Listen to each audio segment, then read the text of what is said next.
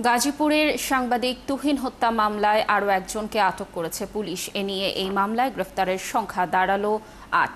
এর আগে আটক ৭ জন হত্যায় জড়িত থাকার কথা পুলিশের কাছে স্বীকার করে। এদিকে সন্তান হারিয়ে বাকরুদ্ধ হয়ে গেছেন সাংবাদিক আসাদুজ্জামান তুহিনের বাবা মা। আর স্বজনরা কিছুতেই মেনে নিতে পারছেন না, শুধু ভিডিও করার মতো বিষয়টি অপরাধ বিবেচনায় একজনকে হত্যা করা হলো। তারা দাবি করেন দ্রুত ঘটনার তদন্ত এবং অপরাধীদের বিচারের আওতায় আনা হোক। ইকবাল সরকার এবং বাবুল হোসেনের তথ্য ছবিতে প্রতিবেদন। ৭ ভাই বোনের মধ্যে সবার ছোট আসাদুজ্জামান তুহিন ছিলেন সবার আদরের। তাকে হারিয়ে এখন নির্বাক পুরো পরিবার। স্বজনরা জানান, বাড়ির সঙ্গে নিয়মিত যোগাযোগ ছিল তুহিনের। প্রায় প্রতিদিন বাবা মায়ের সঙ্গে কথা বলতেন।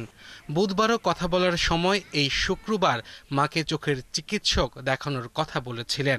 এসেছেন ঠিকই, তবে লাশ হয়ে।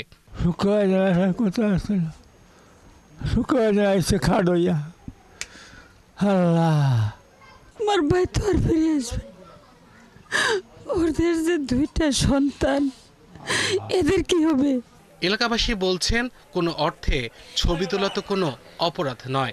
গাজীপুরের মতো একটা চৌরাস্তার জায়গা, দিনের দুপুর এইভাবে মার্ডার হওয়া, খুন হওয়া, তাকে যে অস্ত্র দিয়ে দাঁড়ালো, চাকু ছড়ি রান্দা বলছিরা, এগুলো তো কোবাইয়ে যেভাবে মারলো, প্রশাসনে কি করলো? একদম সাংবাদিক দিনের দুপুরে শত শত মানুষ থাকে চৌরাস্তার মতো জায়গায়, ব্যস্ততম জায়গায়, সেখানে খোয়াই মারা হলে একজন লোক প্রতিবাদ করার মতো লোক নাই, কোনো প্রশাসনের কোনো তৎপর নাই।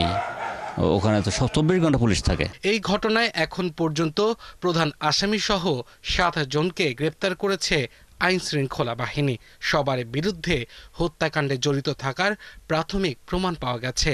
তারাও নিজেদের অপরাধের বিষয়টি স্বীকার করেছে।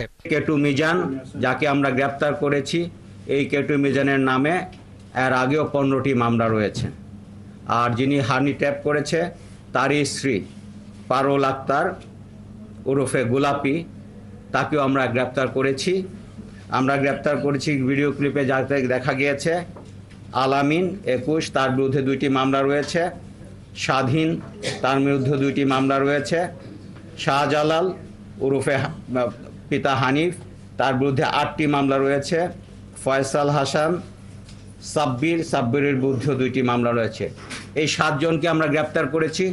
আর একজন ভিডিও ক্লিপে দেখা যায় নীল জামা পরা আরমান, তাকে আমরা খুঁজছি, আমরা গ্রেপ্তার করে ফেলবো। এই ঘটনার সাথে জড়িত স্বাধীন অন্যতম আসামি, এবং আমরা ভিডিও ফুটেজ, ওপেন সোর্স এবং আমাদের ইন্টেলিজেন্সের মাধ্যমে তাকে আমরা গ্রেপ্তার করতে সক্ষম হয়েছে। এবং গ্রেপ্তারের পরে সে সমস্ত ঘটনার বর্ণনা দিয়েছে এবং সে এই ঘটনার সাথে জড়িত কথা স্বীকার করেছে।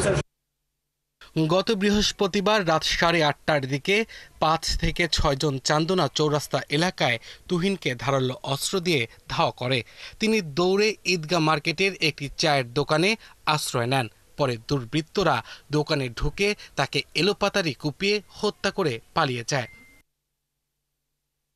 আব্দুল আল মামুন, 71।